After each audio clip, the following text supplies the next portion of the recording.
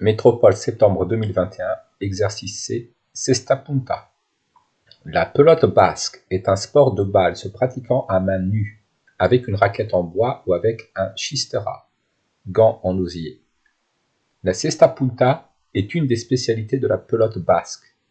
Le jeu consiste à renvoyer la balle servie par l'adversaire avec un chistera sur le mur appelé le fronton. Le service s'effectue sur un terrain rectangulaire sur lequel des lignes de référence sont tracées. Le service s'effectue à 36 mètres du mur. Il est réussi lorsque la balle, après avoir rebondi contre le mur, retombe entre les lignes 4 et 7.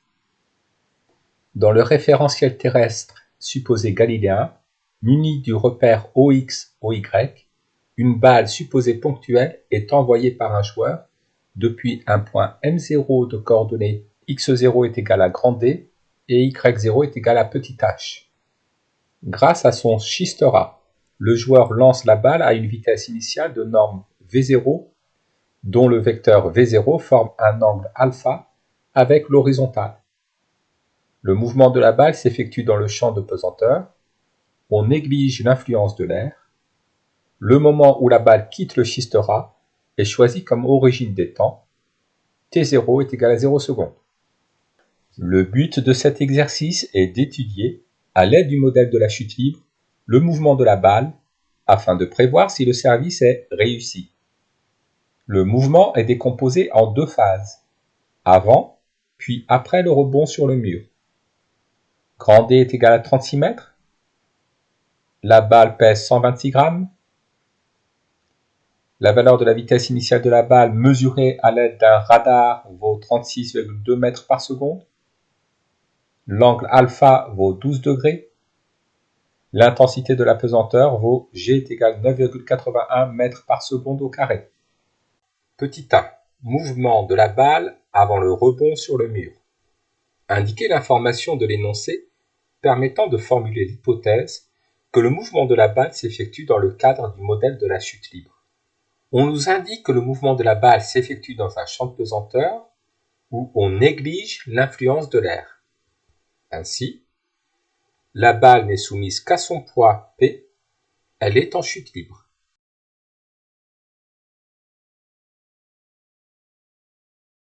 En appliquant la deuxième loi de Newton, montrez que l'équation horaire du mouvement de la balle selon l'axe OX est x à l'instant t est égal à V0 multiplié par cosinus alpha multiplié par t moins d. Dans le référentiel terrestre supposé galiléen, appliquons la deuxième loi de Newton à la balle soumise uniquement à son poids. La masse de la balle multipliée par l'accélération du centre de gravité de la balle est égale à la résultante des forces appliquées à la balle, ici le poids. Le poids est égal au produit de la masse par l'accélération du champ de pesanteur, P égale m fois g. Simplifions par la masse, nous obtenons que l'accélération du centre de gravité de la balle est égale à l'accélération du champ de pesanteur. Projetons cette relation sur l'axe OX. La composante de l'accélération suivant l'axe X est égale à 0, puisque petit g est vertical. Or, la composante selon X de l'accélération est égale à la dérivée de la composante selon X du vecteur vitesse par rapport au temps. AX est égal à d de Vx sur dt. Intégrons cette relation. La dérivée d'une fonction est nulle si et seulement si la fonction est une constante. La dérivée d'une fonction par rapport au temps est nulle si et seulement si la fonction est une constante. Donc nous en déduisons que V indice x est égal à une constante C1. Afin de déterminer la constante d'intégration C1, utilisons les conditions initiales. À t est égal à 0 secondes, le vecteur vitesse est égal au vecteur V0. La composante du vecteur vitesse initiale selon x est donc égale à V0 multiplié par cosinus de alpha, alpha étant l'angle que fait le vecteur vitesse initiale avec l'horizontale. Comme Vx à l'instant 0 est égal à V0 multiplié par cosinus de alpha et par ailleurs Vx à l'instant 0 est égal à C1, nous en déduisons que la constante d'intégration C1 est égale à V0 multiplié par cosinus de alpha. Nous en déduisons qu'à tout instant, la composante selon x du vecteur vitesse est égale à V0 multiplié par cosinus de alpha. Or, la composante selon x du vecteur vitesse est égale à la dérivée de l'abscisse x par rapport au temps. Vx est égal à d de x sur dt. V0 multiplié par cosinus de alpha est une constante. Une primitive de V0 multiplié par cosinus de alpha est donc V0 multiplié par cosinus de alpha multiplié par t. Nous en déduisons donc que x est égal à V0 multiplié par cosinus de alpha fois t plus une constante d'intégration C2. Afin de déterminer la constante d'intégration C2, utilisons une condition initiale.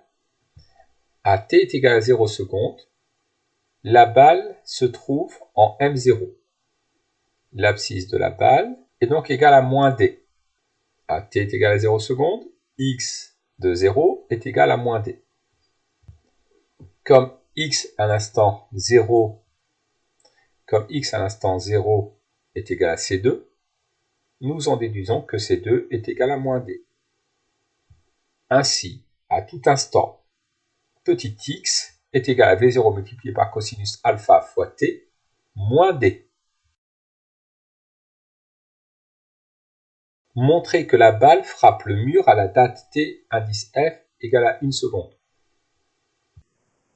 Lorsque la balle frappe le mur à l'instant tf, l'abscisse de la balle est égale à 0. X à l'instant tf est égal à 0. Nous allons donc devoir résoudre l'équation 0 est égal à V0 fois cos alpha fois t moins d et déterminer la valeur de t. Lorsque la balle frappe le mur à l'instant tf, x à l'instant tf est égal à 0. Or, x à l'instant tf est égal à V0 fois cosinus alpha fois tf moins d. Résolvons l'équation ainsi obtenue. V0 fois cos alpha fois t indice f est égal à grand D. Tf est égal à grand D divisé par V0 cos alpha. Passons à l'application numérique. Grand D est égal à 36 mètres. V0 est égal à 36,2 mètres par seconde. Alpha est égal à 12 degrés. Pour le calcul, nous nous assurons que la calculatrice est en mode degrés. La balle frappe le mur à l'instant TF égale à 1 seconde. Petit 2, étude énergétique de la balle avant le rebond sur le mur. La figure 2 nous représente les courbes simulées à l'aide du modèle de la chute libre des énergies de la balle avant le rebond. Rappelez les expressions littérales de l'énergie cinétique, de l'énergie potentielle de pesanteur et de l'énergie mécanique de la balle. L'énergie potentielle de pesanteur est choisie nulle à l'ordonnée y égale à 0 m. On note V, la norme du vecteur vitesse de la balle. L'énergie cinétique de la balle est égale à 1/2 fois la masse de la balle fois la vitesse au carré, 1/2 de mv au carré. L'énergie potentielle de pesanteur de la balle est égale à la masse de la balle multipliée par l'intensité du champ de pesanteur multipliée par l'ordonnée de la balle, est donc égale à m fois g fois y. L'énergie mécanique de la balle est la somme des énergies cinétiques et des énergies potentielles. L'énergie mécanique de la balle est la somme de l'énergie potentielle de pesanteur de la balle et de l'énergie cinétique de la balle. Elle est donc égale à mgy plus 1/2 de mv au carré.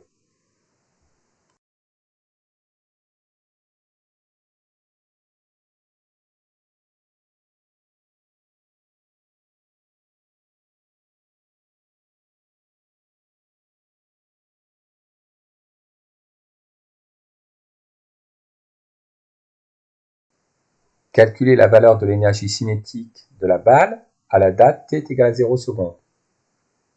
La vitesse de la balle à t est égale à 0 secondes est v indice 0. L'énergie cinétique de la balle est donc égale à 1/2 fois la masse de la balle fois la vitesse v0 élevée au carré. la masse de la balle vaut 126 grammes, il faut la convertir en kilogrammes, 0,126 kg. La vitesse initiale de la balle vaut 36,2 mètres par seconde. La valeur de l'énergie cinétique de la balle à la date t égale 0 secondes est donc 82,6 joules. En explicitant votre raisonnement, identifiez pour chaque courbe de la figure 2 la forme d'énergie correspondante. À t égale 0 secondes, l'énergie correspondant à la courbe 2 est de 82 joules. Il s'agirait donc de l'énergie cinétique de la balle. En effet, comme la balle prend de la hauteur puis en perd, la vitesse de la balle commence par diminuer puis par augmenter. Donc l'énergie cinétique de la balle diminue et augmente, ce qui correspond à l'allure de la courbe numéro 2. La courbe numéro 2 est tout d'abord décroissante, puis légèrement croissante. La courbe numéro 2 correspond à l'énergie cinétique de la balle. Quant à la courbe numéro 3, il s'agit de l'énergie potentielle de pesanteur de la balle. En effet, d'après la trajectoire de la balle, l'ordonnée de la balle commence par augmenter puis diminue. Il en est donc de même pour l'énergie potentielle de pesanteur. L'énergie potentielle de pesanteur est d'abord croissante puis décroissante, ce qui correspond à l'allure de la courbe numéro 3. La courbe numéro 1 correspond à l'énergie mécanique de la balle. La courbe numéro 1 était effectivement la somme de la courbe numéro 2 et de la courbe numéro 3. De plus, la courbe numéro 1 est une droite horizontale. L'énergie associée à la courbe numéro 1 est constante.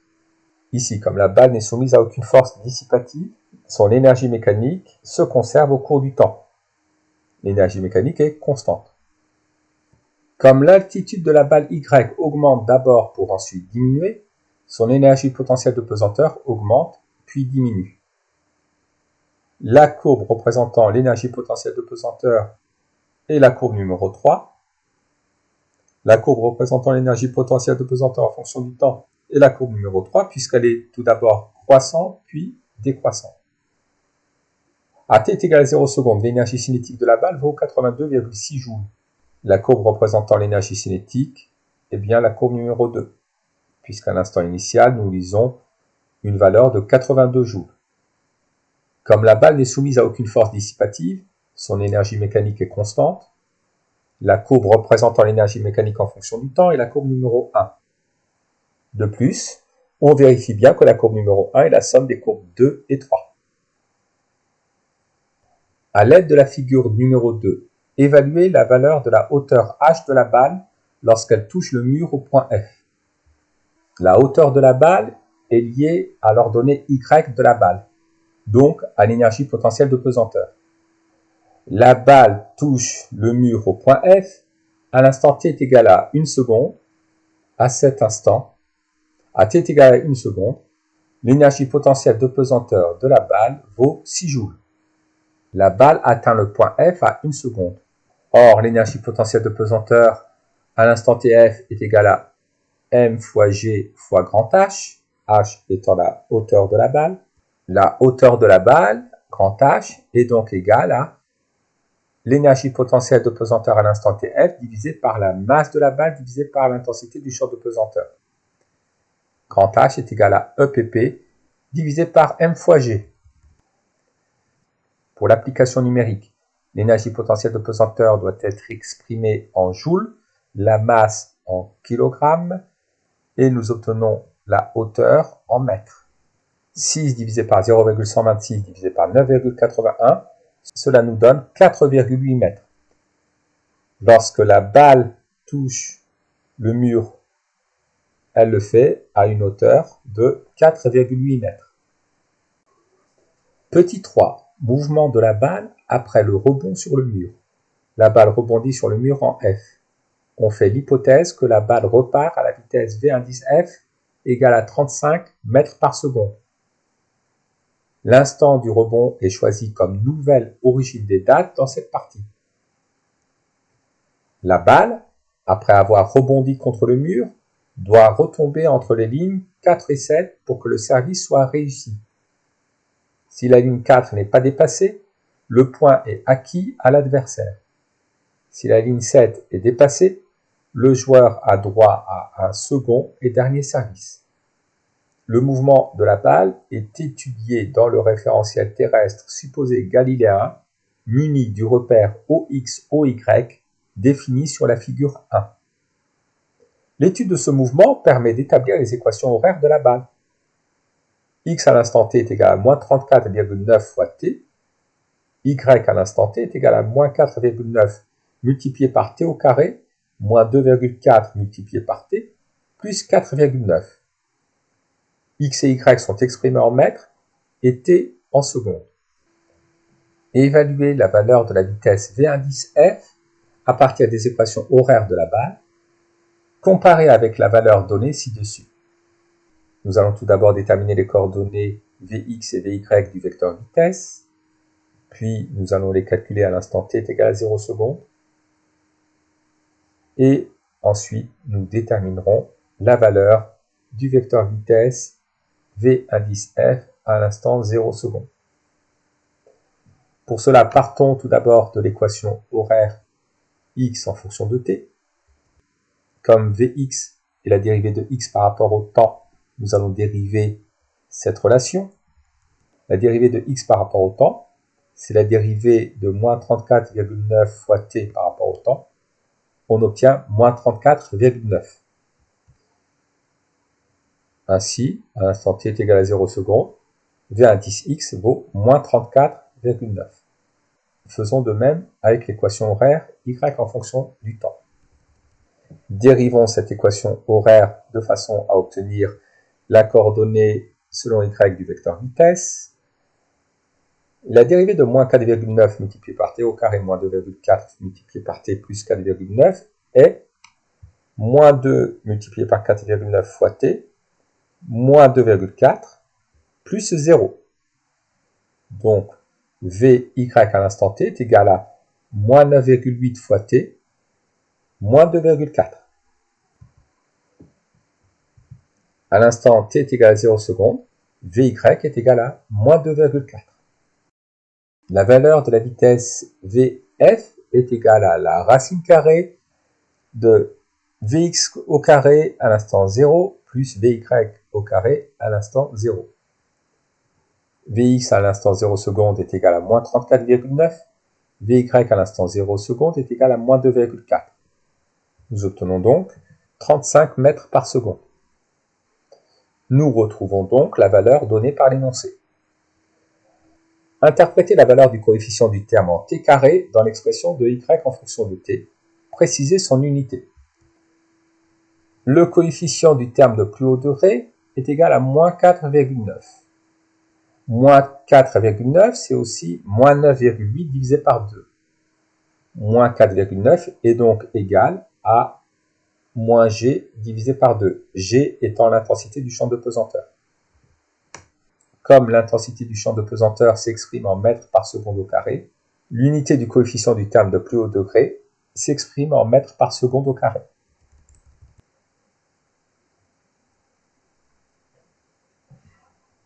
À l'aide des équations horaires, on établit que l'équation cartésienne de la trajectoire de la balle est y égale à moins 4 fois 10 puissance moins 3 multiplié par x au carré, plus 6,9 fois 10 puissance moins 2 multiplié par x, plus 4,9.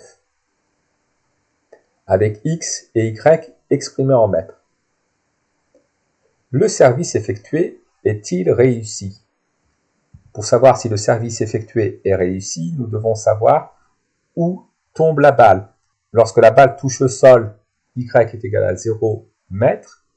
Il faut donc déterminer l'abscisse du point d'impact de la balle sur le sol. Pour cela, nous devons résoudre l'équation du second degré. 0 est égal à moins 4 fois 10 puissance moins 3 multiplié par x au carré, plus 6,9 fois 10 puissance moins 2 multiplié par x, plus 4,9. Calculons x lorsque la balle touche le sol, c'est-à-dire lorsque y est égal à 0. Utilisons pour cela l'équation cartésienne de la trajectoire de la balle. Résolvons l'équation du second degré. Calculons le discriminant. Delta est égal à b carré moins 4ac, c'est-à-dire 6,9 fois 10 puissance moins 2 au carré, moins 4 fois 10 puissance moins 3 multiplié par 4,9. Nous obtenons delta est égal à 0,083. Ce discriminant est positif. L'équation du second degré possède deux solutions. X est donc égal à moins b plus ou moins racine carrée de delta sur 2a. X est donc égal à moins 6,9 fois 10 puissance moins 2 plus ou moins racine carrée de 0,083 divisé par 2 divisé par moins 4 fois 10 puissance moins 3. Comme la balle a rebondi sur le mur, l'abscisse du point d'impact doit être négatif. Nous allons donc rejeter la solution positive. L'abscisse du point de l'impact de la balle est donc égale à moins 6,9 fois 10 puissance moins 2 plus racine carrée de 0,083 divisé par 2 divisé par moins 4 fois 10 puissance moins 3. Nous obtenons moins 27 mètres. L'abscisse du point d'impact, moins 27 mètres, est bien compris entre la ligne numéro 4 et la ligne numéro 7, puisque moins 27 mètres est compris entre moins 16 et moins 28 mètres. Le service est donc réussi.